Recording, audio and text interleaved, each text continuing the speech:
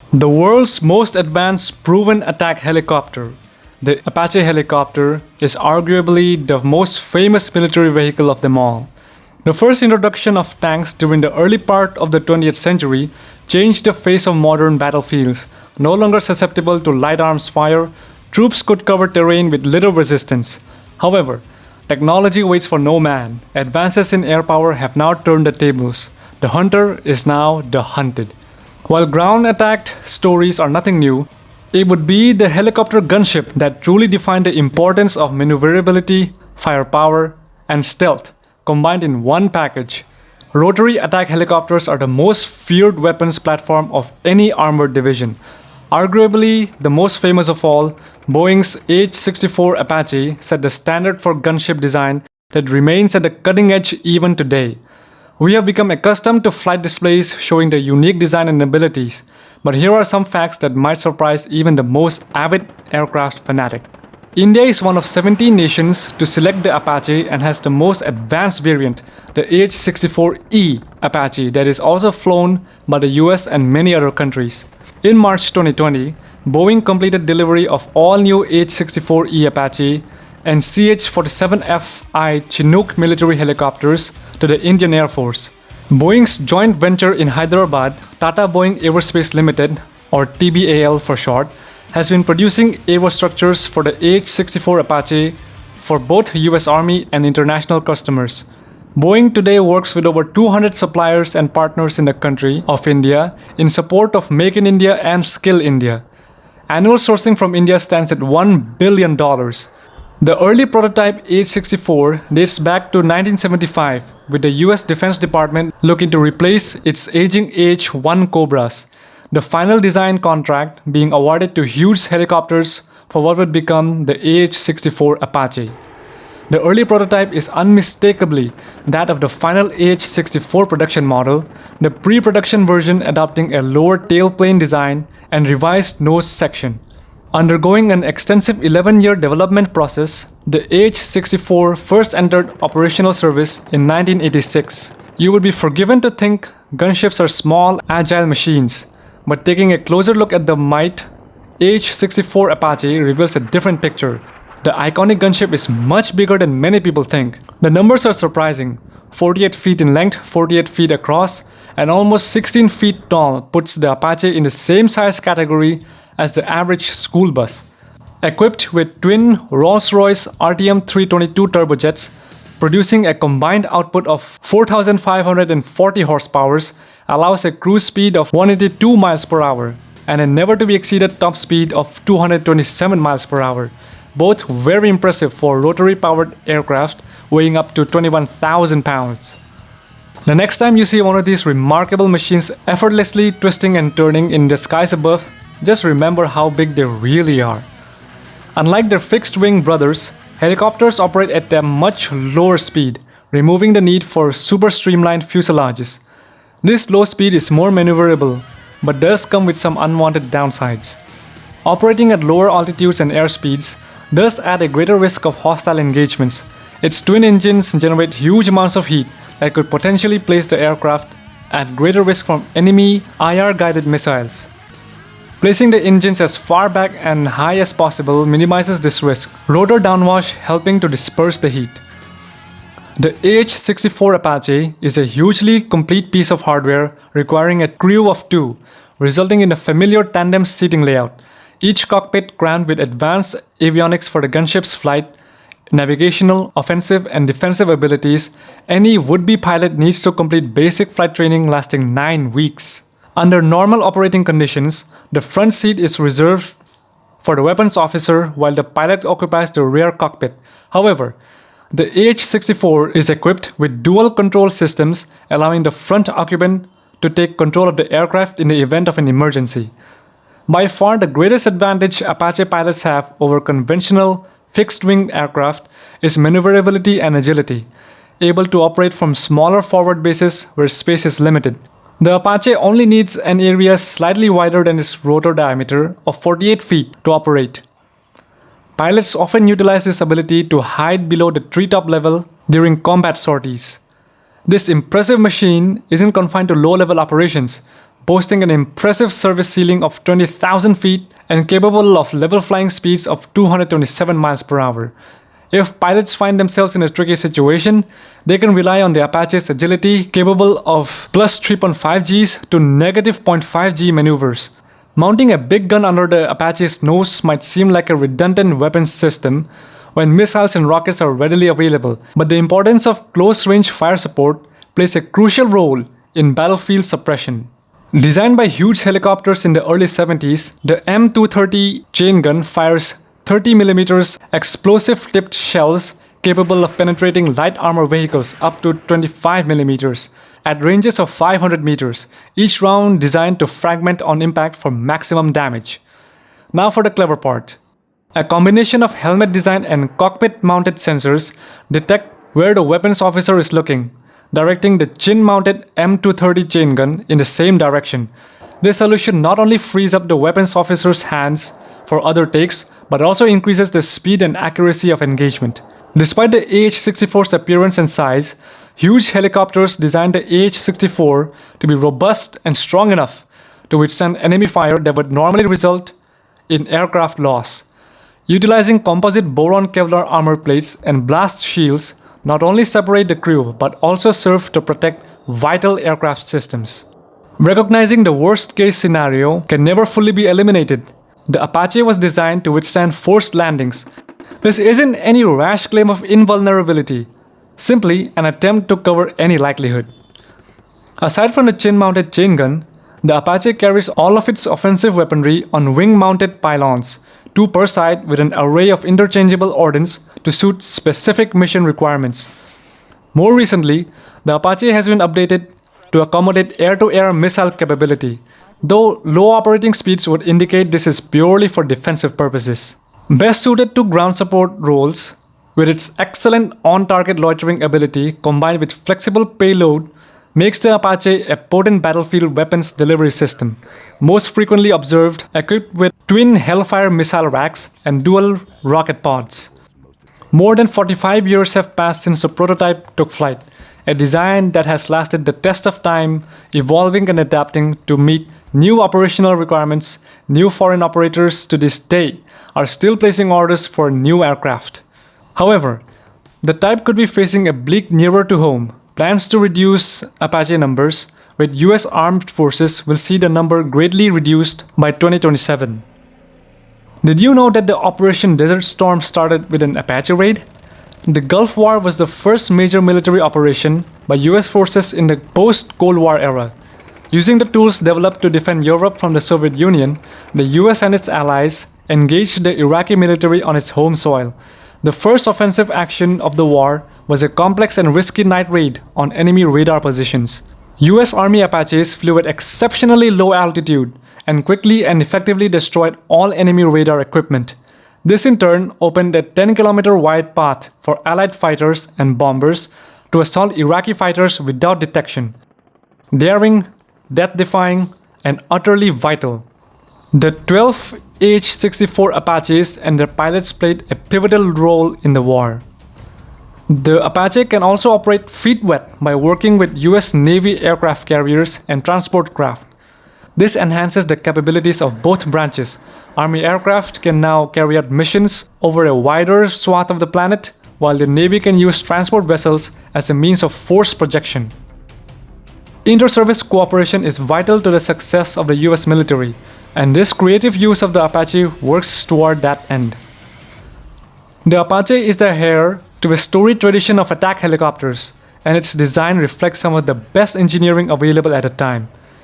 Despite being battle-proven again and again, occasionally problems do come up.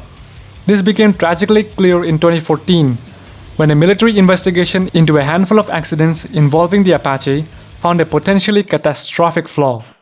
Contaminated hydraulic fluid was causing a critical hydraulic system error. This issue was corrected fairly quickly following a probe into the manufacturer's processes. A number of faulty hydraulic reservoir service units allowed contaminants to enter the hydraulic fluid. The name Apache is drawn from a Native American nation, and the attack helicopter concept is the heir to the mounted days of the US cavalry. However, some Apaches are produced overseas. The AH-64D longbow Apaches in service with the British Armed Forces are produced under contract in the UK by Westmoreland Helicopters at their facility in Somerset. Unsurprisingly, those aircraft have been a vital part of Britain's role in the War on Terror. The War on Terror took a dark turn with the rise of the Islamic State and their bloody war on the ongoing conflict in Syria. While proven a wily enemy, the Islamic State fighters who have encountered the AH-64 Apache have learned to fear its capabilities. First entering the fight against the Islamic State in 2014, the Apache initially worked closely with Iraqi forces to liberate Anwar province. Flying dangerous, low-altitude missions, Apaches hit ISIS targets again and again to help turn the tide of battle in favor of the Iraqi allies.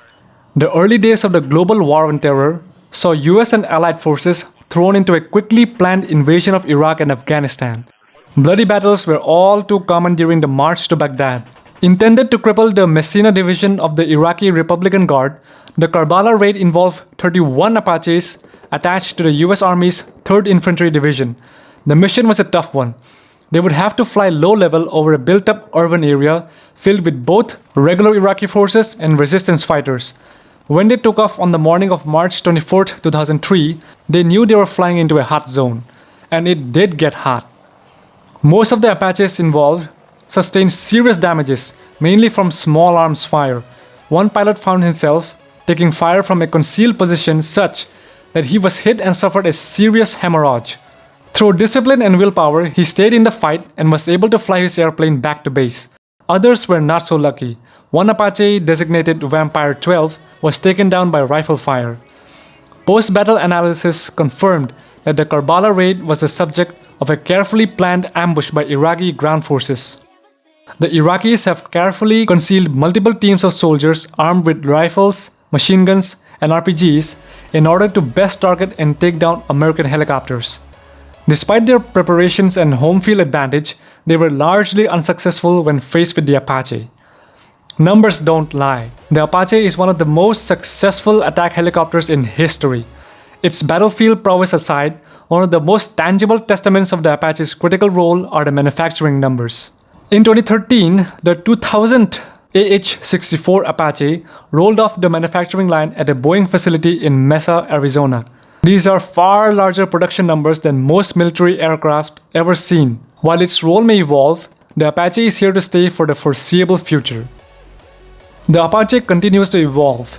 Military technology continues to advance, and the needs of contemporary warfare continues to change. The AH-64 Apache remains at the forefront of that evolution via constant upgrade and role changes. While its ground attack capabilities remain paramount, the Apache has also evolved into a scout role as the war on terror continues in the remote and inhospitable terrain of Middle East and Afghanistan. Likewise, the rise of unmanned drones led to a new role for the Apache. Drones like the MQ-1C Grey Eagle can launch from Apaches, acting as forward operation platforms.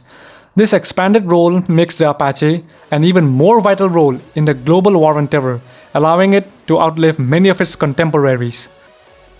The Apache may be the most difficult aircraft to fly. These machines have to be highly unstable in order to be fast and maneuverable as the mission requires. However, the Apache may outstrip them all as the most difficult aircraft to fly. As Ed Macy, formerly a pilot with the British Army Air Corps, put it in his book Apache, Inside the World's Most Deadly Fighting Machine. Flying an Apache almost always meant both hands and feet doing 4 different things at once. Even our eyes had to learn how to work independently of each other. A monocle sat permanently over our right iris. A dozen different instrument readings from around the cockpit were projected onto it. At the flick of a button, a range of other images could also be superimposed underneath the green glow of the instrument symbology, replicating the TADS or PNV's camera images and the longbow radar's targets. Powerful words, and a message that highlights the skill and focus of the brave souls tasked with flying the AH-64 Apache. In 2013, Army nicknamed the AH-64E Guardian, but the guys at Breaking Defense think the service and Apache maker Boeing Co. should have gone with the nickname the Taliban gave the Apache Block II after seeing what its 30 chain gun, its Hellfire missiles, and its Hydra rockets can do. They called it the Monster. Guardian is very noble and all, but Monster, that just has a ring to it. To date, more than 500 AH-64E models have been delivered worldwide. The 64E features advanced digital connectivity, Joint Tactical Information Distribution System, more powerful engines with upgraded phase gear transmission to accommodate more power. From the AH-64A in 1984 to today's AH-64E version 6, one thing about the Apache hasn't changed: its reputation as the world's most advanced and proven attack helicopter. With more than 1,200 aircraft in operation accumulating over 4 million flight hours, 1.3 million of which have been in combat, the Apache represents the backbone of the US Army attack helicopter fleet and a growing number of international defense forces. With the 64E in production until at least 2028, the Apache will serve the US Army and its partner nations as the world's primary attack helicopter well into the 2060s. As Boeing and the US Army continue to invest in next-generation technologies, the 64E version 6 is the most modern configuration of the Apache and is ready for the MDO battlefield. A network-centric, fully integrated weapon system specifically built to dominate in highly contested and complex battle space, the version 6 Apache includes multiple enhancements to the aircraft's sensors, software, and weapons performance. Designed for interoperability within the ecosystem of Joint All-Domain Operations or JADO, the 64E V6 is a lethal, survivable, and agile system providing the range, maneuverability, and performance needed by ground forces and contributes to current and future joint mission success. Boeing's joint venture facility in Hyderabad with Tata Advanced Systems is delivering Apache attack helicopter fuselages for global customers at a steady pace. With the recent delivery of all new 64E Apaches to the Indian Air Force, Boeing anticipates additional opportunities in rotorcraft training and sustainment. Boeing delivered the first US Army Apache AH-64A in January 1984. Since then, the US Army and other nations have received more than 2,200 Apache attack helicopters. Boeing's global customers for the Apache include Egypt, Greece, India, Indonesia, Israel, Japan, Korea, Kuwait, the Netherlands, Qatar, Saudi Arabia, Singapore, the United Arab Emirates, and the United Kingdom. Modifications to the fire control radar, radar frequency interferometer, and the modernized target acquisition designation site enable new capabilities and ensure long-term sustainment. Today, the Army's attack helicopter fleet consists of a mixture of AH-64D and AH-64E model aircrafts. Running aircraft back through the production facility to remanufacture or upgrade existing aircraft have been the Apache program's fleet sustainment strategy. The initial 64A Apache ran back through the remanufacture line to become the 64D Longbow aircraft. The E-model aircraft will have an extended life expectancy, have added capability, and will be the pure fleet objective of the Army. The E-model has two planned technology insertions built into the program. The 64E meets all the requirements for Army and joint interoperability goals for the future and will add significant combat capability while addressing obsolescence issues, ensuring the aircraft remains a viable combat multiplier beyond 2050.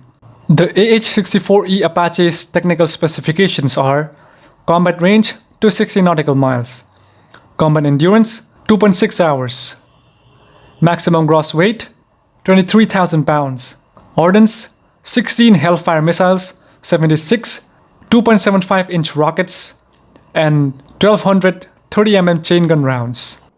Thank you for watching. Like this video if you liked it. If you learned something, subscribe. My name is Sai, and I'll see you in the next video. Bye.